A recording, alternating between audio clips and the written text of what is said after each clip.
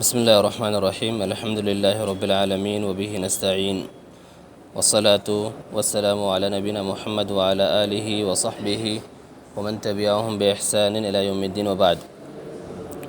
قال المؤلف رحمه الله: وعن أبي العباس عبد الله بن عباس بن عبد المطلب رضي الله عنهما عن رسول الله صلى الله عليه وسلم فيما يروي عن ربه تبارك وتعالى قال: إن الله كتب الحسنات والسيئات ثم بين ذلك فمن هم بحسنة فلم يعملها كتبها الله تبارك وتعالى عنده حسنة كاملة، وإن هم بها فعملها كتبها الله 10 حسنات إلى 700 ضعف إلى أضعاف كثيرة،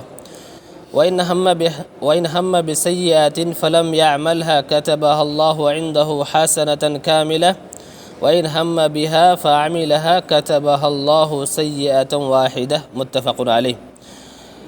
ابو العباس عبداللہ بن عباس ابن عبد المطلب رضی اللہ عنہما سے روایت ہے، نبی کریم صلی اللہ علیہ وسلم سے روایت کرتے ہیں، اور نبی کریم صلی اللہ علیہ وسلم اللہ سبحانہ وتعالیٰ سے روایت کرتے ہیں. اللہ سبحانہ وتعالیٰ نے کہا: یقیناً اللہ سبحانہ وتعالیٰ نے نیکیوں اور برائیوں کو لکھ دیا ہے، اور اس کے بعد اس کی وضاحت کر دی ہے.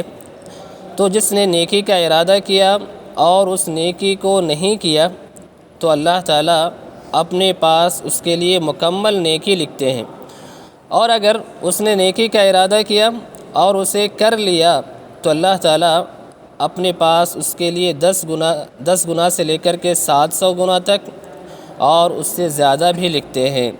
اور اگر برائی کا ارادہ کیا اور اس نے برائی نہیں کیا تو اللہ تعالیٰ اس کے لیے اپنے پاس مکمل نیکی لکھتے ہیں، اور اگر اس نے برائی کا ارادہ کیا اور برائی کر لیا تو اللہ رب العالمین اس آدمی کے حق میں 1 گناہ ہی لکھتے ہیں. اور یہ بخاری اور مسلم کی روایت ہے.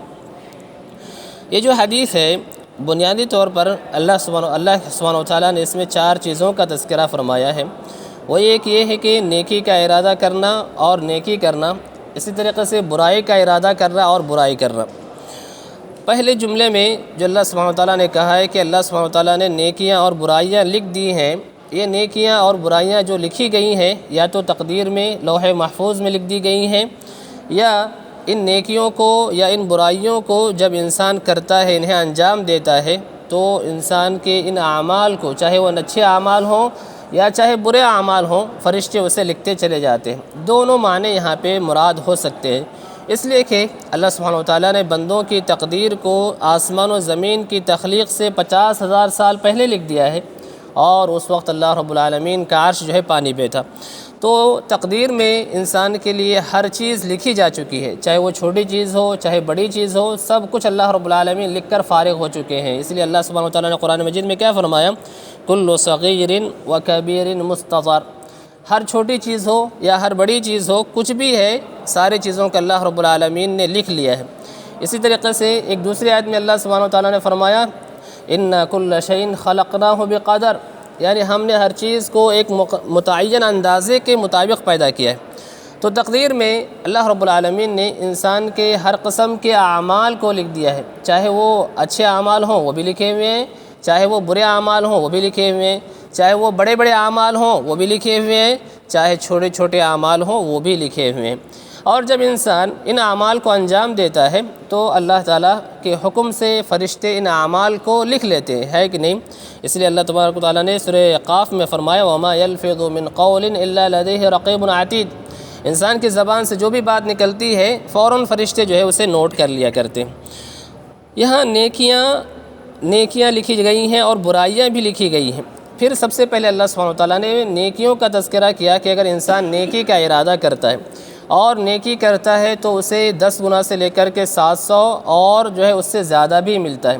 حدیث میں جو لفظ استعمال کیا گیا ہے وہ ہم کا لفظ ہے. ہم یعنی ارادہ کرنے کے معنی میں ہوتے ہیں. اگر ہم دل میں آنے والے خیالات کے سلسلے میں دیکھیں کہ انسان کے دل میں جو خیالات آتے ہیں اس کے کیا مراتب ہیں اور اس کے کیا ترتیب ہے، اہل علم نے اس کے 5 مراتب کا تذکرہ کیا ہے. ہم بھی ان مرتبوں میں سے ایک مرتبہ ہے. مجرد ارادہ کرنے پہ، مجرد دل میں کسی چیز کے خیال لانے پہ انسان کے لیے نہ تو نیکی لکھی جاتی ہے اور نہ ہی اس کے حق میں برائی لکھی جاتی ہے. یہ جو ہم کا لفظ ہے یہ عزم سے پہلے والا درجہ ہے. عزم ایک ہوتا ہے کسی کام کا پختہ ارادہ کر لینا۔ اگر آدمی کسی کام کا پختہ ارادہ کر لیتا ہے تبھی جا کر کے اس کے لیے نیکی لکھی جاتی ہے یا برائی لکھی جاتی ہے۔ عزم سے پہلے والا درجہ یہ ہم ہے، لیکن یہاں حدیث میں ہم سے مراد عزم ہے، اس لیے کہ عزم ہی پہ انسان کے لیے نیکی بھی لکھی جائے گی اور اسی پہ برائی بھی لکھی جائے گی۔ تو دل میں انسان کے جو خیالات آتے ہیں وہ 5 مراتب کے ہیں، جیسے کہ اہل علم ذکر کرتے ہیں کہ سب سے پہلے مرتبہ جو بات کسی کے دل میں آتی ہے وہ حاجز کہلاتی ہے۔ اگر وہ بات انسان کے دل میں تھوڑی بہت جگہ کرتی ہے تو وہ پھر خاطر کہلاتی ہے۔ اس کے بعد کا جو مرتبہ ہوتا ہے وہ حدیث النفس یا وسوسہ کہہ لیں، اور اس کے بعد کا مرتبہ ہوتا ہے ہم کا، اور آخری مرتبہ ہوتا ہے عزم کا۔ تو انسان جب کسی کام کا پختہ ارادہ کر لے گا تو اسی سے متعلق نیکی بھی ہوگی اور اسی سے متعلق جو ہے انسان کا گناہ بھی ہوگا، لکھا جائے گا یعنی۔ تو نیکی لکھی جائے گی کب؟ انسان جب ارادہ کر لیتا ہے، یعنی گویا کہ نیکی کرنے کا پختہ ارادہ کر لیتا ہے تو اللہ تعالیٰ اس کے لیے اپنے پاس مکمل ثواب لکھتے ہیں۔ یہ اللہ رب العالمین کا فضل ہے کہ انسان کسی کام کو کرنے کا ارادہ کیا ہے، کسی کام کو کرنے کی اس کی ابھی نیت ہوئی ہے اور یہ نیت پختہ ہو چکی ہے، تو انسان اگرچہ کہ اس اعمال کو انجام نہ دے، اس کے لیے اللہ رب العالمین ایک مکمل نیکی لکھ دیتے ہیں۔ اور جب انجام دے دیتا ہے تو ظاہر بات ہے جیسے کہ یہاں حدیث میں آیا اور ہم جانتے ہیں کہ 10 گنا سے لے کر کے 700 گنا تک رہتا ہے۔ یہ جو تفریق ہے 10 گنا سے لے کر کے 700 گنا اور اس سے زیادہ، یہ جو ثواب میں جو اضافے کی بات ہے، اس میں سب سے بڑا عمل دخل اخلاص کا ہے، جیسے کہ ہم نے سابقہ درسوں میں یہ بات جو ہے جانا ہے۔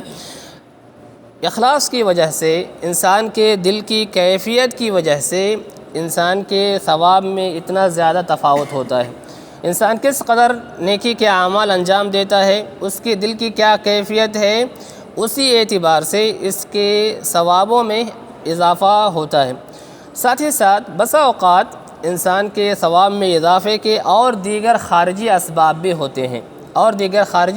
بھی ہوتے ہیں، جیسے کہ مثلاً کسی نہایت ہی افضل وقت میں نیکی کا انجام دینا، جیسے کہ رمضان کا مہینہ ہے۔ رمضان کے مہینے میں اگر کوئی آدمی نیکی کرتا ہو تو گویا کہ اس میں بڑھوتری ہوتی ہے۔ اسی طریقے سے ذوالحجہ کے ابتدائی 10 دنوں میں نیکی کرنا، اس میں نیکی جو ہے زیادہ بڑھتی ہے۔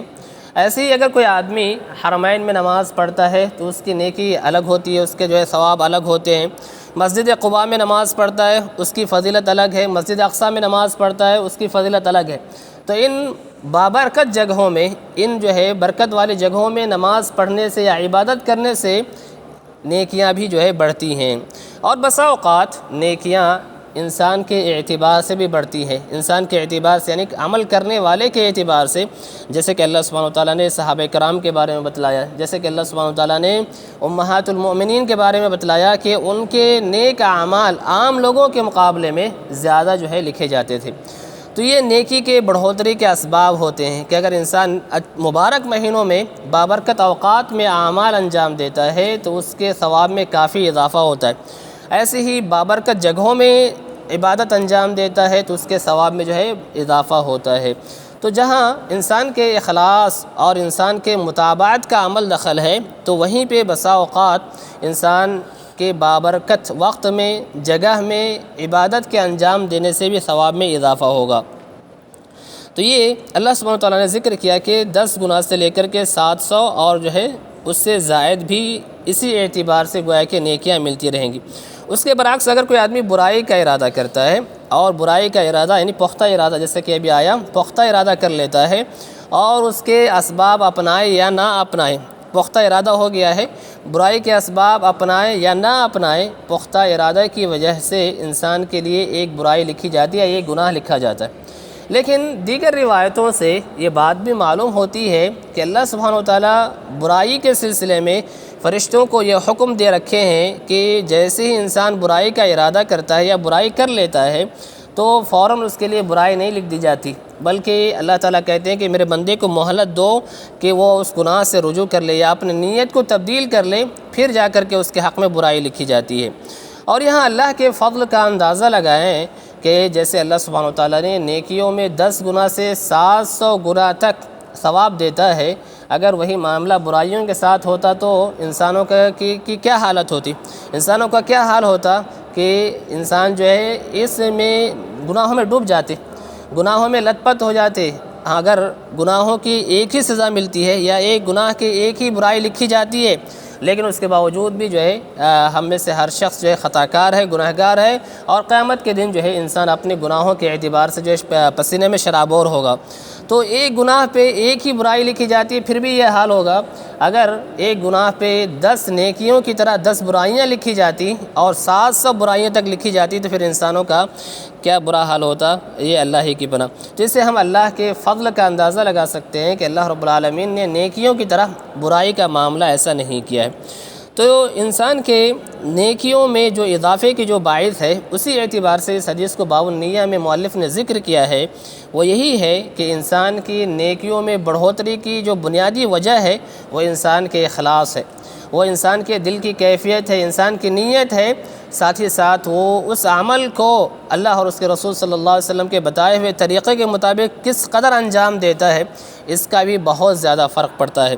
تو اسی سے یہ بات جو سب سے اہم بات ہمیں اس حدیث سے جو معلوم ہوتی ہے وہ یہ کہ انسان کو نیکیوں میں آگے بڑھنے چاہیے، نیکیوں کے سلسلے میں سبقت کرنی چاہیے، اس لیے کہ انسان کے لیے اتنے زیادہ جو ہے ثواب لکھا جاتا ہے، اور برائیوں سے ڈرنا چاہیے اور برائیوں سے بچتے رہنا چاہیے، اس لیے کہ برائیاں بھی نوٹ کی جاتی ہیں، اور انسان کے ہر نیکی اور ہر بدی کا بدلہ اللہ رب العالمین قیامت کے دیں گے۔ فَمَن يَعْمَلْ مِثْقَالَ ذَرَّةٍ خَيْرًا يَرَهُ وَمَن يَعْمَلْ مِثْقَالَ ذَرَّةٍ شَرًّا يَرَهُ۔ اور انسان کو برائیوں سے ہمیشہ جو ہے اجتناب کرنی چاہیے، اور بری نیتوں سے تو ہمیشہ اور دور رہنی چاہیے، اس لیے کہ بری نیتیں بھی اگر پختہ ہو جاتی ہیں تو اس کا بھی جو ہے انسان کا اس کا بھی انسان کو گناہ ملتا ہے، اور اس کے برعکس انسان کو ہمیشہ اچھی نیت رکھنی چاہیے، کیونکہ اچھی نیت کی وجہ سے بھی انسان جو ہے ثواب کا مستحق ہوتا ہے۔